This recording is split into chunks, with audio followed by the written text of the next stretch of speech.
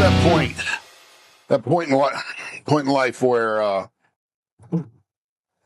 little things are starting to trigger me now, to remind me of stuff, think of stuff. So earlier we were shooting that go-kart, that guitar flavored go-kart with all kinds of stupid fiberglass. One of them's the Trans Am, right? It's the brownish one.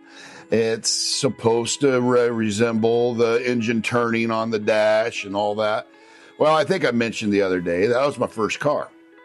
I had a 79 Trans Am WS6 with a 403 Olds automatic, and it was brown with that goldish interior. The wasn't velvet. I don't know what it was. It was felt something. Super comfortable.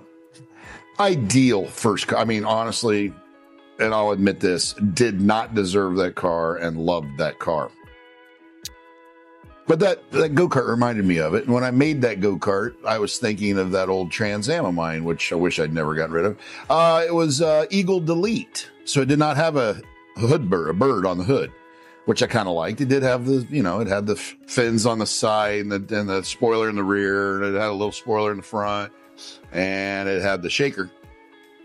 Sounds like Abe's rolling in with his mower. Here, I'm talking about my brother Devo, my good buddy, Devon, Big D. We're good buddies. He had in 1970 a real Judge, a GTO Judge 70, 400 Ram Air 3. I think he put Ram Air 4 stickers on it. He repainted it.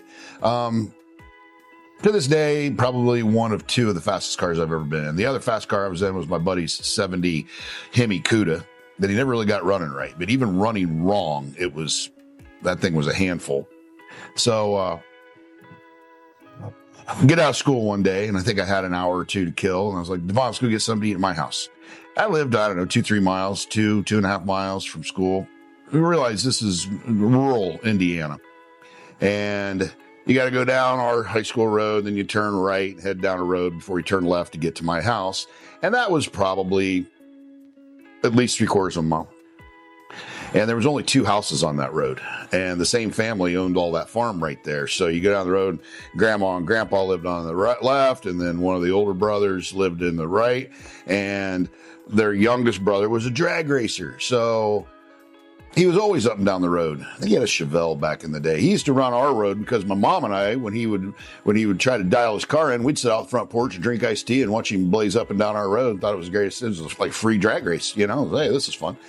Anyway, I pull over, Shep pulls up next to me, and roll down our windows. I think we already had our windows down, honestly, but I'm like, all right, we got to do it. We got to race. We got to do it. So we realized these roads could barely handle one car, let alone 2. So we were both sort of in the ditch a little bit, pretty close to each other. 3, 2, 1 it. Bam. He lit up. He lit those tires up, and I did not. So I got in front of him. Not because I was faster, but because he smoked his tires. I got in front of him, and then I got in the center, and he couldn't get around me. So less than a mile from my house, I get home. Devon pulls in behind me. We're laughing about it. Ha, ha, ha. And, I kicked your ass, blah, blah, blah. Trash talking each other. And, you couldn't have beat me if your life saved, blah, blah, blah. Well, we're going to have to go do it again. We walk in. My mom's there. She's on the phone. And I'm like, hey, Mom, what's going on? Devon loved her. Mom loved Devon. She's, oh, hey, Devon. Oh, hey, it's your dad. He wants to talk to you. I was like, wow, okay. My dad calling me? This is weird. He should be at work. And, he didn't live with us. They were divorced at that time. And it was really strange, the timing. But anyway, I take the phone and Dad's mad. I'm like, oh, shit, what's going on? He goes, it's going to be 2 weeks. 2 weeks of what? He goes, I'm taking your car away from you for 2 weeks. I was like, why? He goes, I heard you were drag racing. I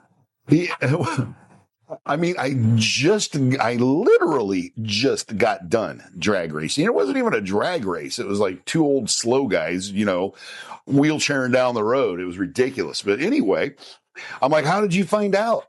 And how did you get a hold of me so quick? He goes, oh, I got my sources. I got my eyes on you. I'm like, obviously. There's only one house that even saw us do it, and I know who it was. It was old Grandma down the road. She had nothing better to do than watch her own grandson drag race that road all the time. The second me and Shep decided we're going to speed a little bit on that road, guarantee you she called it in.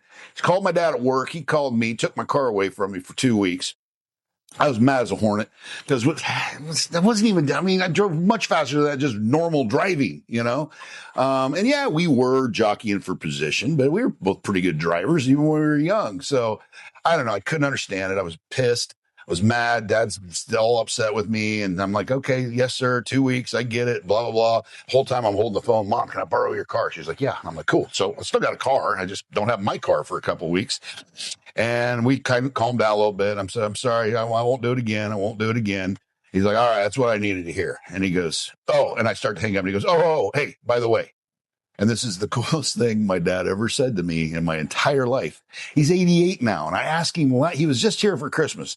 I go, Dad, you got to tell me who turned me in. He goes, I'll never tell you. So he will go to his death and never tell me who turned my ass in. But the coolest thing he ever said to me was, he said, did you win?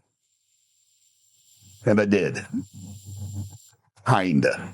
Anyway, Trans Am story. Check you. DH out.